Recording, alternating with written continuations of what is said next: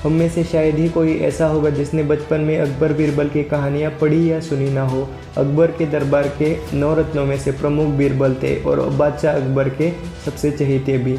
लेकिन इस कवि, साहित्यकार और बुद्धि के धनी चतुर बीरबल की मृत्यु बड़ी ही खौफनाक तरीके से हुई थी, इतनी कि उनकी लाश तक नहीं मिली। दोस्तों, हम इस वीडियो में देखेंगे कि बीरबल की मौत क्यों और कैसे हुई, और साथ ही देखेंगे उनके जीवन की कुछ महत्वपूर्ण बातें।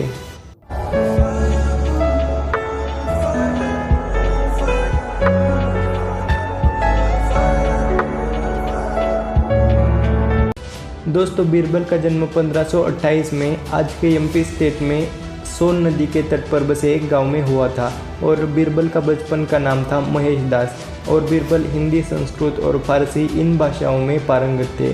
बीरबल ने ब्रह्मो इस उपनाम से ब्रिज भाषा में कई कविताएं लिखी हैं जो आज भी उस साहित्य की धरोहर हैं। बीरबल बुद्धिमत्ता और स्पीकिंग स्किल्स के कारण प्रसिद्ध होने लगे वहाँ के आसपास के इलाकों में, और उनकी चर्चा बादशाह अकबर तक भी जा पहुँची।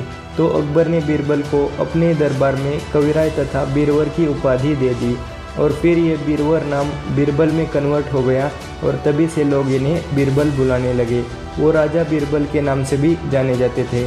उन्होंने अपनी बुद्धि के दम पर मुगल सल्तनत और बादशाह अकबर की कई समस्याओं को सुलझाया था। दोस्तों, अब देखते हैं कि बीरबल की मृत्यु कैसे हुई थी। साल था 1586। तब मुगल साम्राज्य अफगानिस्तान से बंगाल तक और उत्तर में कश्मीर से लेकर दक्षिण में नर्मदा नदी तक फैला हुआ था। अफगानिस्तान में यूसुफजई कबीले ने मुगलों के खिलाफ रेबिलियन कर दिया और वो अपनी ही मनमानी से वहाँ का राज चलाने लगे थे। वो अपनी ताकत से वहाँ के लोगों को लूटते थे। वहाँ के लोग डर गए थे और वहाँ का इलाका छोड़कर जा रहे थे, इसलिए लोगों का वहाँ पर सामूहिक पलायन होना शुरू हो गया था।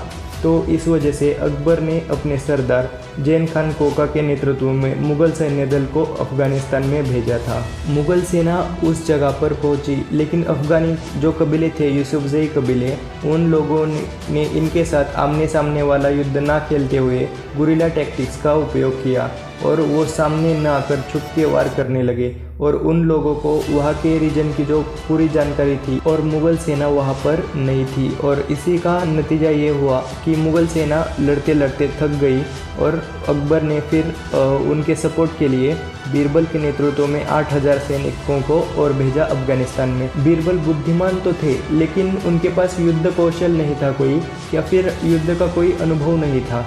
फिर भी बीरबल की फौज ने यूसुफजई कबीलों के बहुत से लुटेरों को मार गिराया, और फिर रात को युद्ध विराम होने के बाद बीरबल और जैन खान कोका अगले दिन की लड़ाई का प्लान बना रहे थे। उन दोनों में आपसी मतभेद थे, इसलिए दोनों में कोई स्ट्रॉन्ग डिसीजन एक नहीं हो सका और दोनों आपसी मतभेद के साथ ही अपने अलग अलग रास्तों पर चले गए। बीरबल और उनकी सेना रात को वही घाटियों में रुक जाते हैं, लेकिन उनको ये पता नहीं था कि पहले से ही वहाँ पर यूसुफजई फौज छिपकर उनका इंतज़ार करते हुए बैठी थी। और जैसे ही बीरबल और उनकी सेना वहाँ पर आई, यूसुफजई फौज ने उन पर हमला कर दिया चारों ओर से और उन पर पत्थर और तीर बरसाना शुरू कर दिए। मुगल सैनिक उस अंधेरी रात में जहाँ जगह मिले वहाँ पर भागे, लेकिन ज़्यादातर सैनिक मारे गए और बीरबल भी इस अचानक हुए हमले में मारे गए। वहाँ मुगल सेना की लाशों का जैसे ढेर लग गया था, और इन लाशों के ढेर में बीरबल की लाश कहाँ और कौन सी है इसका भी पता आखिर तक नहीं चल सका। दोस्तों, इस तरह से चातुर्य और बुद्धिमत्ता के धनी राजा बीरबल का स्वात वैली में अंत हुआ। ऐसा कहा जाता है कि बीरबल की मौत के बाद अकबर ने 2 दिनों तक कुछ भी नहीं खाया, क्योंकि बीरबल की मौत अकबर के लिए अनएक्सपेक्टेड थी। हर कोई आश्चर्य में था कि बीरबल जैसा विद्वान व्यक्ति ऐसे कैसे मारा गया। दोस्तों, ये घटना कोई कहानी नहीं थी, बल्कि सच्ची घटना थी। ये वीडियो आपको कैसा लगा कमेंट में ज़रूर लिखकर बताएं। मिलते हैं नए वीडियो में किसी नए टॉपिक के साथ। जय हिंद।